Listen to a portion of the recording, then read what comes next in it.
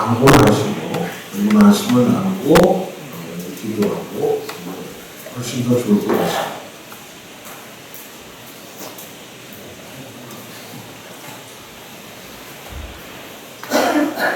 네, 지금까지 수술을 맡았는데 날씨가 여러분들로 더워질 것 같습니다. 실내 프로그램을 진행하도록 하겠습니다. 각 방이 조가 되겠는데요. 남자 기자들은 분별대학을 해가지고 1등, 2등에 대해 선거를 드리고 여고 기자들은 개인적인 프로그램을 진행해서 1등, 2등 선거를 드리도록 하겠습니다. 여자 기자 프로그램은 좀 비밀을 할 거고요. 남자 기자들은 이제 제2북부를 실내에 소개를 드리는데 어쩔 수 없이 시간 관계상 각 조별로 재미를 가장 잘 차고 팀워크로 두 명씩만 선발해서 이제 경기 임하도록 하겠습니다. 201호, 202호, 203호가 한조가 돼서 풀리그의 3팀이 결승을 나가고 204호, 206호 그리고 진행팀이 한조가 돼서 결승을 나가도록 하겠습니다. 1, 2등만 생각을 해보도록 하겠습니다. 재미가 필요하시면 저한테 오시면 재미가 많습니다. 혹시 질문 있으십니까? 네, 감사합니다. 아주 신세계입니다. 재미 좋고 실내에서 하는데 재미가 아주 좋고 하는데 참 재밌어요. 참 재밌습니다. 그래서 해봤으면 좋겠다. 드디어 실내에서 하시는 그런 기회를 위해서 저는 서울의 안악지방에 충성교회를 다니고 있습니다. 충성, 말 그대로 충성교회입니다. 많은 분들이 제가 임마누엘교회에서 10여 년 가까이 그 목사를 하면서 군성교회 많이 가서 운동하고 하는 걸 보고 대부분 충성교회에 갔다 다ним하고 있다 그러면 군부대교회를 다ним하고 있는 걸 저는 그렇게 생각을 해요. 목사 군성교회 많이 하더니 군민교회 목회하고 있네 그렇게 얘기를 해요. 아니 그 충성이 아니라 저희 교회 충성은 충청도 사람들이 세운 교회라고 해서 충성. 예전 남방에서 예전 이제 여의도로 개발될 때 충청도 사람들이 어디 가느냐 공천동 달동에 한 마을을 이루고 그곳에 충청도 사람들이 세운 교회가 충성교회입니다. 부임을 하면서 마음속에 말 그대로 이 교회들은 참 충성하겠다라고 그렇게 생각을 했는데 저도 충청도 사람이지만 충청도 목회자의 마음을 뒤흔들어 보는 충청도 사람들이 이어서 신앙생활을 하고 있습니다. 오늘날 이 누룩의 비유 예수님이 마태복음 13장의 천국을 비유로 설명하시는데 약 7가지로 설명을 하고 계세요. 그 중에 하나, 누룩을 통해서 하나님의 나라, 천국을 이야기하고 있습니다. 우리가 잘 알듯이 공감소음서는 예수님은 공감소음서의 여러 가지 일들을 통하여서 하나님의 나라가 가까이 왔고 그 하나님의 나라가 어떤 것이다 라고 하는 것을 가르쳐주고 계세요. 또 요한복음서에서는 나는 누구누구다. 다시 말해서 나는 하나님이다. 곧 그분의 아들 예수다. 라고 하는 것을 통해서 그 하나님의 나라가 바로 자신임을 나타내 보여주고 있습니다. 전도라고 하는 것이 바로 그거죠. 예수께서 그리스도시고 하나님의 아들이시고 또 그분이 하나님의 나라이시고 또 전도라고 하는 것이 우리들 안에 있는 이루어진 하나님의 나라를 이야기하는 거예요. 그런데 그 하나님의 나라 또 천국 예수 그리스도 자신을 설명하는 데 있어서 주님은 언제나 좋은 것을 사용해서 이야기하시는 경우도 있지만 또 언제나 꼭 좋은 것만 선택해서 이야기하는 것이 아니구나 라고 하는 거예요. 저 하나님의 나라 얼마나 좋은 거예요. 또 예수 그리스도 그분에게 주어진 그분을 통해서 주어진 구원의 능력이 우리가 얼마나 좋은 것이에요. 그런데 주님은 오늘 비유를 통해서 누룩이라고 하는 모티브를 통해서 하나님의 나라 우리가 잘 알듯이 누룩이라고 하는 것은요, 성경에 보면 언제든지 좋지 못한 것을 나타내 표현할 때 누룩을 이야기하고 있어요. 유대교에서는 조상들이 좋지 못한 유전, 그것이 누룩으로 이야기되었고, 신약에 와서는 한 교회의 여러 가지 이단의 사상들이나 무너뜨리는 것들을 향해서 이방인들의 또 바리새인들의 누룩을 조심하라. 언제든지 좋지 못한 것을 이야기할 때 누룩을 이야기했어요. 그런데 그 좋지 못한 것을 통해서 주님은 하나님의 나라를 이야기하고 있습니다. 저는 이 누룩의 비유를 통해서 첫 번째 우리가 느끼게 되는 것은 우리는 다 낙하산이다 하는 거예요. 낙하산이다. 제 개인적인 간증을 좀 해드립니다. 저는 어제 조재진 목사님이 처음 시간부터 저를 흔들어봤는데 목회 방향을 그만 끝내고 방향을 정해야 됩니다. 목회한 지 25년이 훨씬 지났는데도 아직도 목회에 방황을 하고 있습니다. 여러 가지 방황을 하고 있습니다. 때로는 교회들이 참 믿기도 해요. 목사가 가지고 있는 비전을 따라오지 않는다고 해서 믿기도 하고, 때로는 어떤 때 엎드려서 간단히 기도하면서도 그래도 목회하는 것이 참 은혜지라고 생각하면서 그래도 묵묵히 여러 가지 흔들림 속에서도 목회를 하려고 그렇게 하고 있습니다. 그런데 여전히 한 마음속에서 이 교회에 충성해야지라고 하면서도 또 어느 때 보면 우리 기독교 대한감리의 사이트에 들어가서 구인구직에 교회를 바꾸자고 하는 그런 광고가 없나, 그것을 열심히 살펴보기도 하는 그런 목사이기도 합니다. 여전히 방황하고 있다고 하는 거죠. 그런데 저는 사실상 목사가 되어서 오늘 이 자리에 서서 여러분들에게 설교를 하고 말씀을 나눌 수 있는 것도 큰 은혜입니다. 저를 아는, 어릴 적에 알던 친구들은 제가 해병대에 가고 목사가 되었다고 하는 것을 별로 믿지는 않아요. 야, 광준이 네가 해병대 갔어. 그리고 목사가 됐어. 그런데 해병대에서 같이 생활을 했던 제 전우들은 제가 목사가 됐다고 하는 것을 보면서 왕의 병이 목사가 된 것은 하나님이 살아계신 증거라고 그렇게 이야기를 하기도 합니다. 어렸을 때 저를 아는 친구들은 저의 가정을 너무나 잘 알고 있어요. 저희 아버지는 술병 때문에 돌아가셨던 술주정뱅이였어요.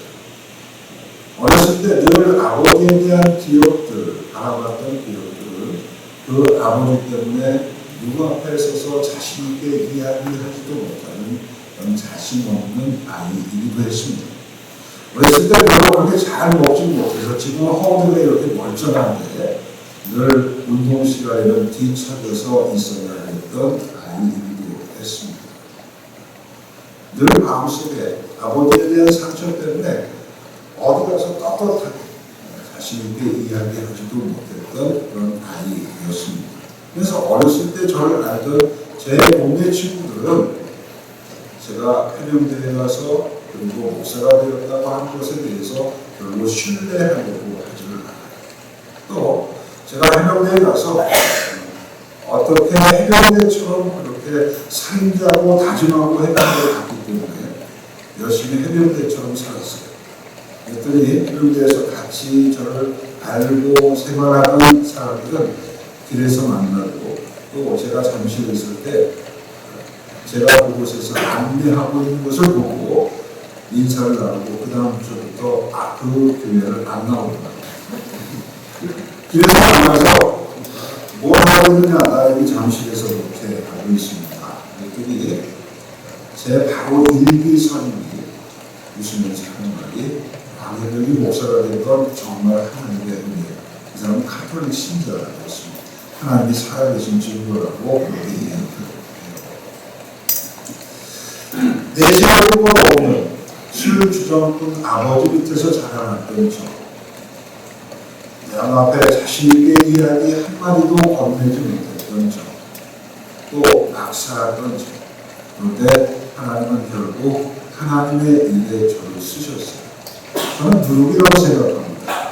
저는 낙하산이라고 생각합니다. 그래서 언제나 목회는 하나님의 은혜고 하나님이 그렇게 우리를 인쳐주셨고 붙잡아 주셨기 때문에 여기까지 오게 된다라고 그렇게 생각합니다.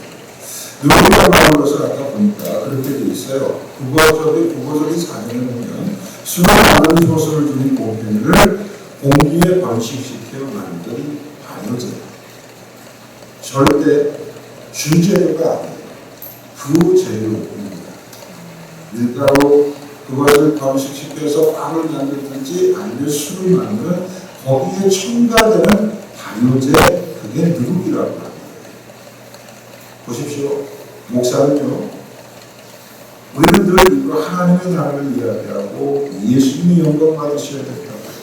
근데 가끔씩 제 목회를 보다 보면서 왜 실망하기도 하고 왜 알아주지 못한다고 그렇게 대접받지 못한다고 여전히 불만하고 불평하고 만족하지 못하면서 신앙생활을 하고 있습니다. 때로는 우리가 주 제물인 것처럼 생각하기 때문입니다. 이런 예수를 전한 사람들이 확산시키는 사람들입니다.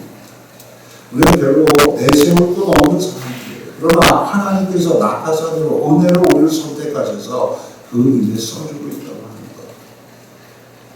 우리가 전도를 하고 또 설교를 하고 하는 그 목회를 하고 있는 그 모든 것도 바로 무엇이에요? 나는 부재료. 나는 주 예수가 나타납니다. 그다음 두 번째, 이 누룩을 통해서 누룩의 비유를 통해서 우리가 묵상해야 될 것은 창조적인 것은 언제나 소수였다. 읽어보십시오. 천국은 마치 여자가 가루 소말 속에 갖다 넣은 누룩과 같다. 라고 얘기했어요. 가루 소말을 전부 다 부풀게 하는데 들어간 누룩의 양은 얼마만큼이라는 거예요? 정확하게 기록되어 있지 않아요. 제가 말씀 때 얘기입니다. 제가 이 누룩의 비유를 여러분들에게 할 수 있는 이유 중에 하나가 제가 익숙하게 봐왔던 풍경 중에 하나가 바로 뭐였냐면 저희 집이 찐빵 만두집을 했어요. 아버님이 술을 드시다가 어느 순간인가 마음을 잡으셨어요. 저렇게 되면 안 되겠다.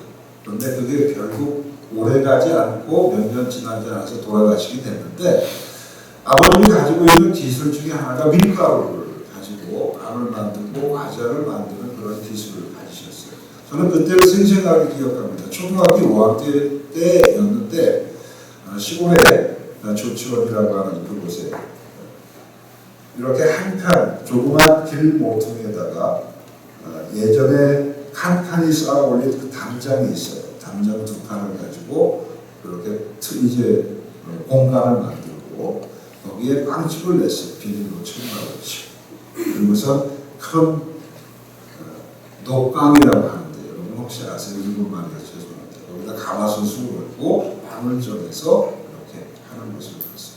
근데 빵 반죽을 하는데 그 전날 빨간 김장통에다가 밀가루 한 푸대를 붓고 그리고선 거기다 반죽을 하는데 막걸리를 한 통을 갖다 놓더라고요.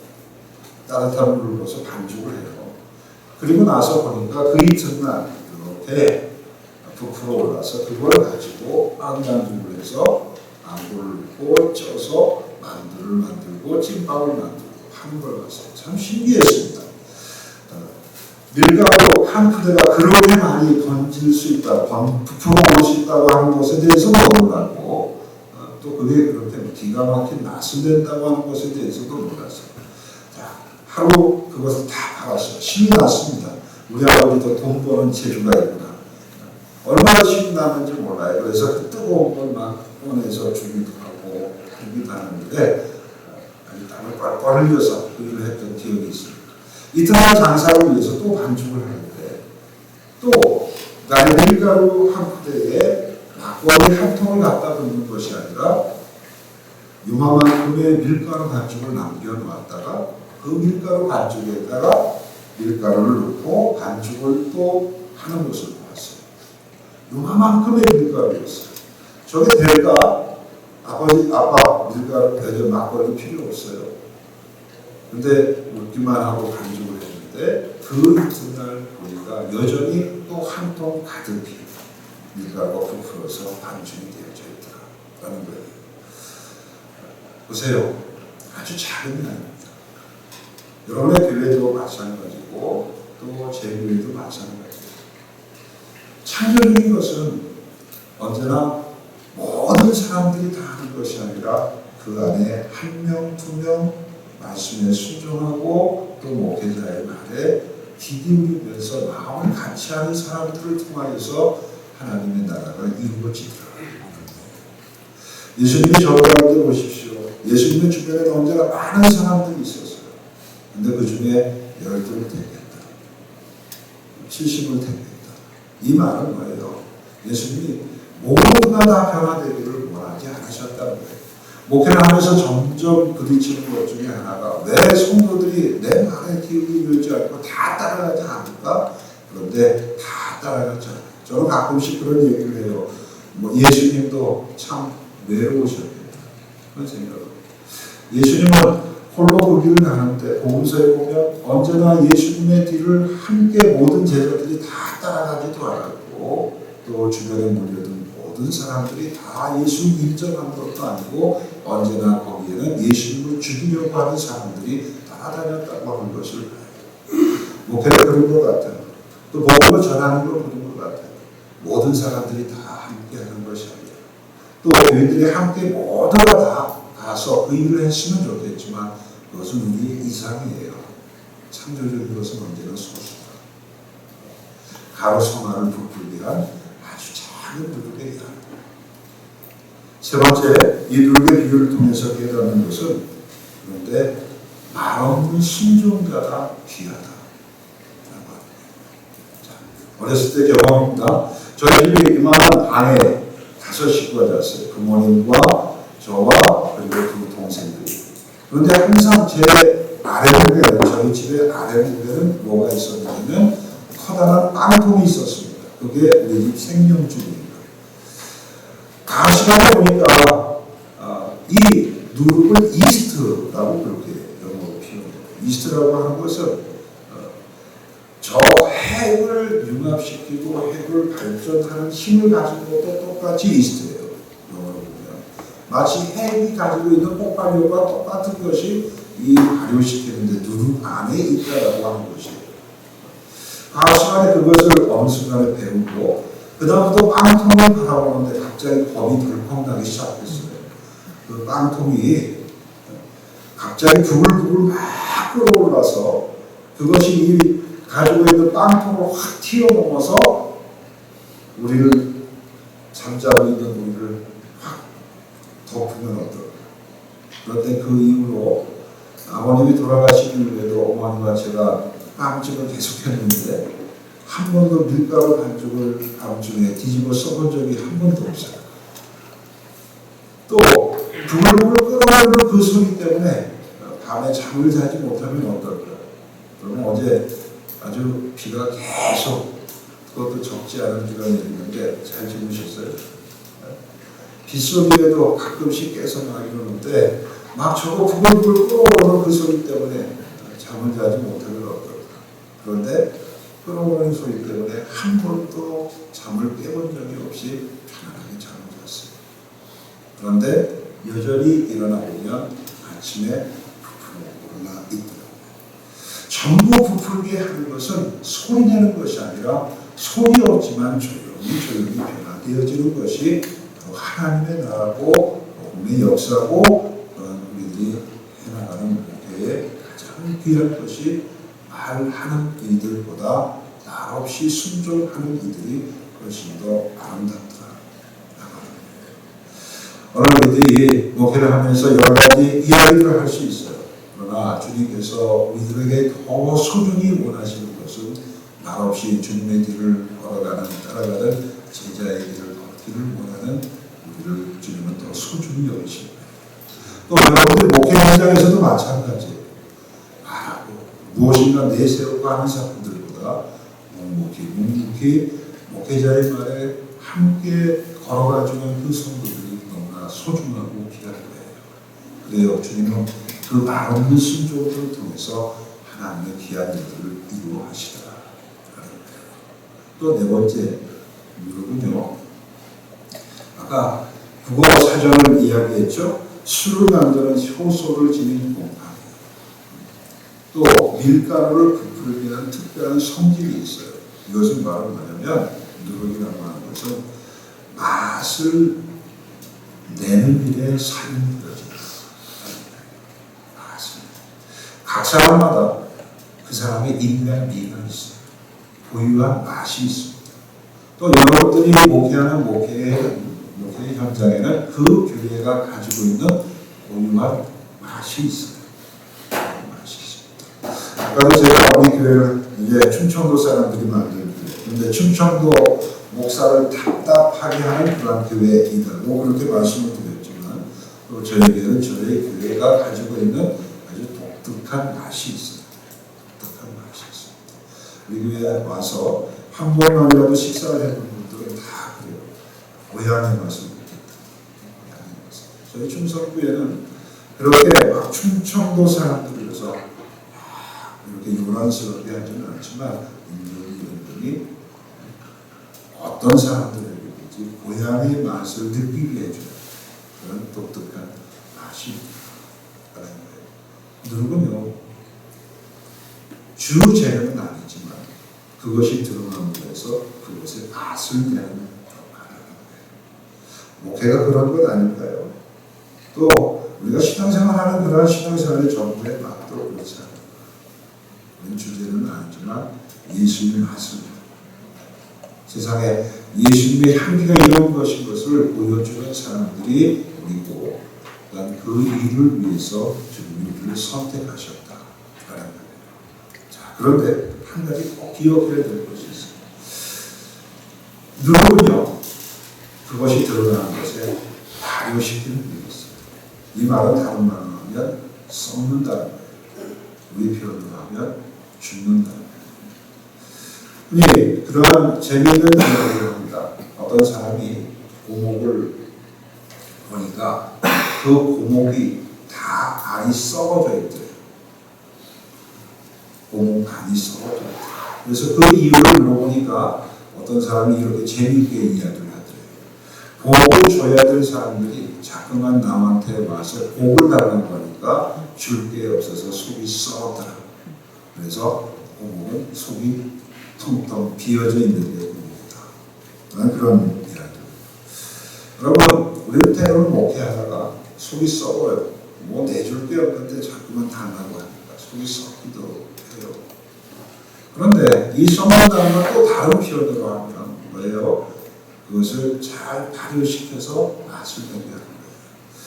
된장의 맛은 매주가 좌우합니다. 그런데 더 중요한 것이 있어요. 매주를 어떻게 잘 썩게 만드는가. 누룩이 많아서도 안 되고 적어서도 안 됩니다. 또 포도주의 맛은 포도가 결정하는 게 아니라 그 포도를 어떻게 발효시키느냐, 누룩이 얼마나 효과적으로 발휘하고 있느냐. 막걸리의 맛도 그렇고요, 맥주의 맛도 그래요. 제가 다 군대 생활에 먹어봤기 때문에 정확하게 합니다. 얼마나 잘 썩게 만듭니다. 얼마나 잘 발효시킵니다. 보세요.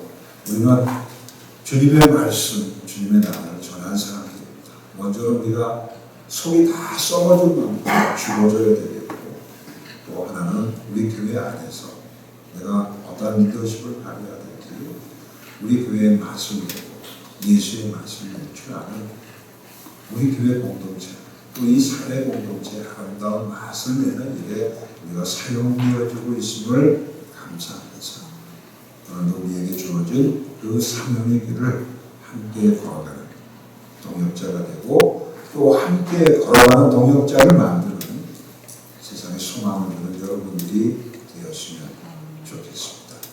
기도하겠습니다. 주님 고맙습니다. 우리를 선택해 주셔서 감사합니다. 우리가 하여금 예수를 전하게 하고 하나님을 이야기하게 하고 하나님의 나라를 전할 수 있도록 인도해 주셔서 참으로 감사합니다. 아버지 하나님, 이제 전도 세미나에 왔습니다. 다시 한번 우리가 내 자신을 내세우는 것보다 예수 그리스도 그분이 나타나기를 원하는 일에 우리의 마음을 새롭게 하여 주시옵시고 어떤 방법을 배우기보다는 다시 한번 우리가 평생 붙들고 실현해야 될 그분을 새롭게 붙잡는 우리가 되게 하여 주시고 또 오늘 누룩의 비유를 통해서 주신 말씀을 통해서 다시 한번 하나님께서 우리를 어떻게 사용하시는지 그 쓰심이 오늘 조용히 내려놓는 시간들이 될 수 있도록 인도해 주시고 또 그 시간마다 성령께서 역사해 주셔서 우리의 마음을 감동시켜 주시고 하나님의 뜻대로 인도해 주옵소서. 시간마다 하나님의 귀한 역사를 기다립니다. 주님 앞에 우리 자신을 놓아놓습니다. 주님 만들어가 주옵소서. 예수님의 이름으로 기도합니다. 아멘. 네, 여러분까지 조용한 기도하시고